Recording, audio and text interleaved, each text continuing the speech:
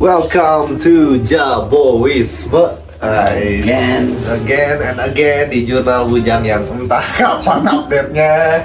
Cuman kita alhamdulillah masih dikasih waktu sampai sekarang, masih dikasih umur sampai sekarang. Alhamdulillah Masih dipertemukan ya untuk asas-asas kebaikan. Anjay, coba itu kata-katanya wash. Jadi dapat dari mana? gak tahu tiba-tiba yang di otak ini. Apa nih tiba-tiba mau ngajakin bikin video ada Ya, apa? jadi ada beberapa bahasan yang menjadi suatu krusialisme, menjadi suatu pembahasan yang ternyata dialami hampir semua anak laki-laki, terutama yang sulung. Anjay, aing bungsu. Iya, terutama ya. Jadi kalau kita ngomongin soal ego, ego laki-laki bersama bapaknya. Di banyak kasus itu rata-rata untuk yang gue nggak tahu, misalkan orang yang menengah ke atas ya, mungkin juga ada ya, atau menengah yang ke bawah mungkin juga ada, ataupun yang menengah-menengah aja ekonominya mungkin juga ada ya. Rata-rata beberapa kasus itu mereka ribut dengan orang tuanya, terutama ayahnya ya. Ya itu ego anak pertama sebenarnya. Ego anak pertama. Rata-rata kasusnya tuh misal orang tuanya udah punya usaha atau sedang membuat usaha, dengan egonya dia ingin anaknya meneruskan, atau si anak merasa tidak dididik dengan baik oleh orang tuanya, gara-gara terlalu dekat sama adiknya mungkin, atau mungkin sibuk atau kayak gimana. Ada beberapa kasus yang kita nggak bisa jelaskan lah ya. Dan mungkin juga sebenarnya emang anak pertama mah ada percobaan bukan oke sih itu. Oke, terus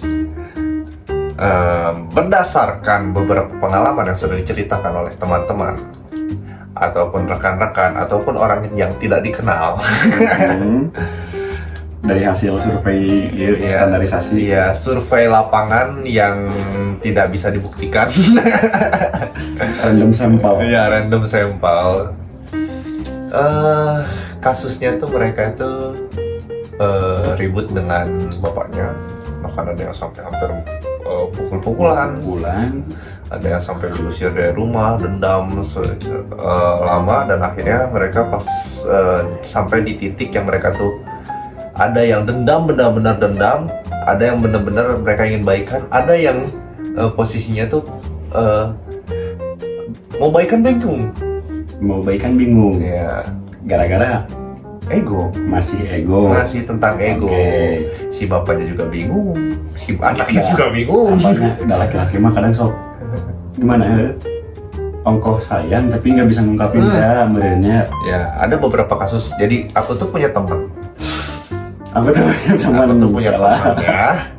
Teman aku tuh punya bapak belum jadi ubi. Ditanam belum ditanam. Anjing. Nah itu menikahlah dia. Bapaknya nggak diundang di nikahannya. Ada anjing, rada gelo. Terus bapaknya datang ke rumah saya karena kebetulan bapaknya itu temannya bapak saya. Oke. Lucunya gini, si bapak itu selalu ngomong, aku mah kesel sama si A, si A itu anaknya. Tapi diomongin terus. Si Fulan. Aku kesel sama si Fulan ini kurang ajar jadi anak kayak gini-gini. Tapi diomongin terus. Terus ditanyain terus, ini si Fulan nggak datang ke sini, si Fulan nggak main ke sini. Ya kan? Pas ketemu, Pak diem. Nah, nggak ngobrol. Giliran nanya, udah makan belum? Bapak mau makan apa? Tiba-tiba nyodorin rokok bapaknya. Setelah dia langsung dia kan memperhatikan bapaknya dong. Dia tahu merek rokok apa bapaknya yang dirokok, ya nggak? Benar. Ya kan? Tapi ya begitu, mereka tidak ada minta maaf, tidak ada apa, tiba-tiba menghilang lagi dengan segala kerinduan mereka. Anjing. Dramatis banget bro. Kenapa ya?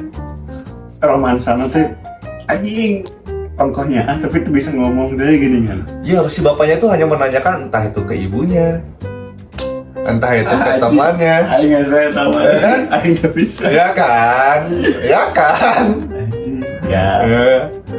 Gitu. Bagaimana sih ngatasin itu? Kira-kira Bapak Jabo sebagai anak bungsu yang mungkin udah berpengalaman, entah itu pengalaman pribadi ataupun pengalaman dari teman. Anjing. Ini orang aku mahnya. Mungkin sebagai anak yang bungsu. Orangnya perasa orangnya. Dan bisa ngelunturin ego. Oke. Ya walaupun kalau misalkan mau nyah aku tunjukinnya emang ayah laki mah kan gak bisa pakai kata-kata ya, langsung perbuatan kan. Kayak tadi tiba-tiba nyodorin rokok. Nah kayak gitu kan nggak bisa laki-laki mah. Cuman kumaha ngelunturkan ego mah kalau misalkan si bungsu mah rata-rata bisa sih. Oke. Kalau buat ngelunturin ego mah, cuman nggak bisa ngomongnya teh gini kan. Nggak bisa ngomong ya itu berdasarkan perilaku ya. Biasanya ya. Rata-rata kayak gitu kalau si bungsu mah. Kalau anak pertama kan beda temperanya beda ego kayak gitu ya, pride-nya loh kan. Oh aing teh anak pertama, aing teh kakak, aing teh ini lah gitu. Apa sebagai tulang punggung nanti kalau bapak nggak ada, ya kan? Kayak aku mah kan terima bungsu, tapi kan bungsu juga ada sifat laki-lakinya. Sebab anak pertamanya perempuan, ada lah gitu buat kayak gitu nyaman. Cuman masalah ego nih masih bisa diatur kalau si anak bungsu mah. Masih bisa dijatuhin lah. Ego. Jandor. Aduh kalau buat si bungsu mah. Ada beberapa teman yang punya kasus yang akhirnya berhasil untuk melunturkan ego sebagai anak pertama. Ada beberapa orang yang kayak gitu. Tapi lucunya gini loh, orang beberapa kali ngobrol sama nggak cuma anak pertama sih, kebetulan tuh dia anak ketiga ya kan. Enggak, kedua kalau nggak salah, dia anak kedua, cuma 3 bersaudara laki-laki semua. Ya, terus kakaknya dia buka usaha, tapi bukan usaha bapaknya. Terus anak kedua dia yang luntang-lantung segala macem gitu, masih mencari jati diri. Sedangkan anak yang ketiga dia jelas dia jadi bankir gitu kan misalnya. Nah, terus dia ngomong, aku tuh bingung mau ngelanjutin usaha bapakku apa kayak gimana gitu. Pengen mas sebenarnya pengen buka usaha lain. Terus gua nyeletuk nih, kenapa nggak mau dilanjutin? Aku kan ya ngerasa emang nggak ini aja sih, nggak serak aja gitu, bukan orang loh diri itu nggak passion lah. Ya passion, about ego kan, passion itu ego ya kan. Terus gue nyeletuk gini, tapi kan usaha bapak kamu itu yang menghidupi kamu loh, menghidupi 3 anak yang jadi itu loh, ya kan. Kenapa nggak mau dilanjutin? Gitu loh. Walaupun maaf nih, sejelek menurut mana itu kerjaan bapak mana teh goreng lah, udah nggak relatable lagi dengan dunia sekarang. Tapi kan itu yang membuat kamu jadi sekarang loh. Hidup lah. Iya, jadi iya gitu loh. Itu dia bengong. Ya juga ya. Terus apakah orang kudu kumaha katanya, misalkan gitu. Coba tanya kan juri monitoran. Modal anjir. Nggak pulang. Mau dilanjutin egonya atau mau gimana gitu. Apakah pekerjaan itu memang nggak relatable lagi, apa sebenarnya mana cuma membesarkan ego mana hunkul. Dipikir ternyata sebenarnya enggak, itu masih bisa dikerjain. Bahkan dengan pekerjaan orang ayeuna, misalkan orang kerjakan kerjaan babe, uangnya lebih besar dengan pekerjaan babe. Gitu. Tapi kenapa orang tetap ngelakuin ini, bingung nggak orang sebenarnya. Cuma ingin apa ya, ingin diakui oleh orang tua, tapi dengan cara yang lain loh. Nggak mau ada kata-kata beneran, ini mah kan kerjaan bapak dulu, kamu tinggal melanjutin beneran. Ya kan. Padahal kan kalau misalkan ngeliatin umur mah jam terbang lebih jauh beneran. Yoi, ya kan. Terus berapa puluh tahun dia hidup kan dengan cara hidup kayak gini, Ya. kita bisa hidup kan gitu Buru hidup lagi, asli ya kan. Pengalaman jelas, kegagalan udah pernah, ya kan. Ini baru hidup berapa tahun pengen coba-coba. Anjing juga. Ya. Oke. Kayak gitu sih. Tapi Gimana? ada nggak sih, balik lagi ya, ini sama anak pertama laki-laki ya, yang father issue. Nah, father issue orang ini sering dapatnya kasusnya di perempuan dari father issue. Nah, anak laki-laki ada nggak sih kasusnya yang father issue? Bentar, kita kotakin dulu. Ini father issue tuh dalam artian kayak gimana dulu nih? Aduh, Masalahnya kan kita juga kita samain persepsi dulu nih. Father issue itu seperti apa? Cikonnya kemana father issue? Nah, Father issue itu orang jujur ya, orang nggak tahu father issue itu seperti apa karena orang bukan tipe orang yang kasarnya pas lagi orang punya perasaan sesuatu yang salah, orang membuat itu sebagai membuat itu sebagai oh ini orang father issue atau misalkan lagi gundah, oh ini aksienti, nggak pernah kayak gitu ini masalahnya. gara-gara orang tua aku kayak gini. Gara-gara bapak orang kia, orang jadi kia. Pernah. Nah, gitu. Pernah, ini sebagai orang ya, orang pribadinya pernah. Jadi katanya, babe orang kan dulu tuh termasuk orang yang pintar ya, Bu. Katanya untuk karir bagus lah ya. Terus tiba-tiba babe orang keluar dan ingin membuka usaha. Ya kan. Terus usahanya nggak jalan dan akhirnya anaknya tuh ya tergopoh-gopoh lah untuk sekolah, bahkan untuk hidupnya gitu, jadi agak struggle lah, beda dengan kalau bapak-bapak yang bapak-bapaknya udah sukses atau kayak gimana kan, finance-nya lah intinya mah gitu kan. Nah, tapi di sisi lain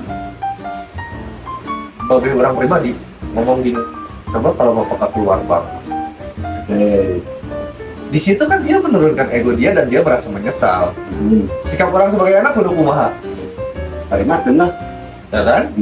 Orang masa langsung ngomong Ya sih, oh, sih. gara-gara bapak keluar kerja, jadi saya kayak gini. Kan enggak gitu kan. gitu kan, nggak gitu kan, ya kan, posisinya kan, ya kan, ya kalau maaf nih posisi babe orang hidup kan, alhamdulillah, ya kan, masih bisa mendidik orang. Coba misalkan babe orang posisinya pas lagi usaha, maaf tiba-tiba die. Terus pas Gerdai ninggal kena hutang.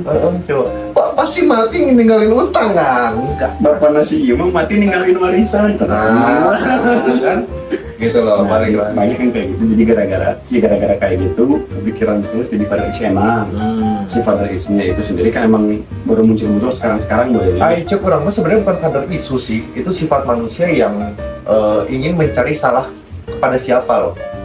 Tapi tidak mengkoreksi diri sendiri dan tidak bersyukur menurut Aing ya. Menurut Aing, karena apa? Misalkan kayak gini loh, orang pribadi nih, kadang-kadang mikir misalnya, anjir babe orang masih miskin-miskin ini, maaf nih, misal gitu ya, misal ngerasa kayak gitu, kenapa coba kalau misalnya tetap jadi bankir, kemudian karirnya udah sukses, bla bla bla bla bla, terus orang terbunuh kieu. Tapi enggak juga, ternyata dengan babe orang kayak gini, dia melakukan hal kayak gitu, memang takdirnya seperti itu dan orang memang dikuatkan seperti ini loh. Ini yang bikin orang jadi kayak gini ya, dikuatkan maaf orang misalkan orang bersyukur, orang yang lain pas lagi ngadepin masalah itu anjir ribu segala macam, tiba-tiba father issue misalkan, orang ternyata enggak loh. Nah, dan orang banyak dulu kasus itu kan di perempuan sih. Iya. Nah, apakah laki-laki nggak ada ke situ gitu? Ada, cuman cara penanggapannya beda modelnya. Mungkin laki-laki lebih nggak peka sih, mungkin ke bego sih, lebih nggak peka. Mereka tuh bego, ini tuh apa ya? Makanya kan laki-laki apa ya? Lebih ke ngayakin kan ego modelnya. Iya, maksudnya. Jadi karena perasaan cepat di. Iya, gitu. Jadi kenapa sih? Kadang-kadang laki-laki kan bego ya, makanya kalau laki-laki tuh makanya lebih ke logika kan, gitu kan, gitu. Karena Bobi kayak gini, nah Aing kudu kumaha ya, gitu kan. Berarti anggar ayahnya. Ayah cuman cara tapi nggak menyikapinya. Tapi nggak semua laki-laki kayak gitu sih. Kalau menurut Aing sih itu father issue itu nggak harus laki-laki, nggak harus cewek. Itu semuanya ada. Dan itu gimana cara menyikapinya ya dengan cara bersyukur. Berarti ada ya? Ya, ada, itu ada gitu. Masalahnya orang seberapa kali mandi kayak gitu dan jarangnya rata-rata di perempuan aja. Ya nggak tahu ya. Cuman orang kayak teman laki orang, babehna meninggal. Terus padahal nggak ninggalin hutang. Cuman dia tiba-tiba kalau aja babeh aing masih ada kayak gini. Lalu ngomong gitu dia. Cuman di sisi lain waktu babehna aya manehna kenapa tidak melakukan tidak membantu tidak membantu babehna. Jadi maaf nih misalkan babehna jadi tukang bengkel terus dia jago ngebor segala macam. Babehna aya kenapa dia nggak belajar itu loh? Oke. Jadi pagi babehna manehna bisa lanjutin kan? Paling bener. Ya kan? Paling enggak ada. Balik lagi ke mindset. Balik lagi gimana rasa bersyukur. Oke, menarik. Jadi buat teman-teman ya.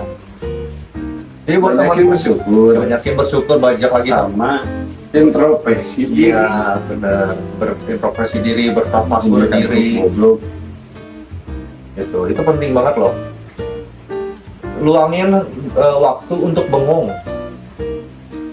Oke. Bengong itu bukan dalam artian negatif ya. Bengong itu mengosongkan pikiran, tapi kadang-kadang juga bisa Kesurupan.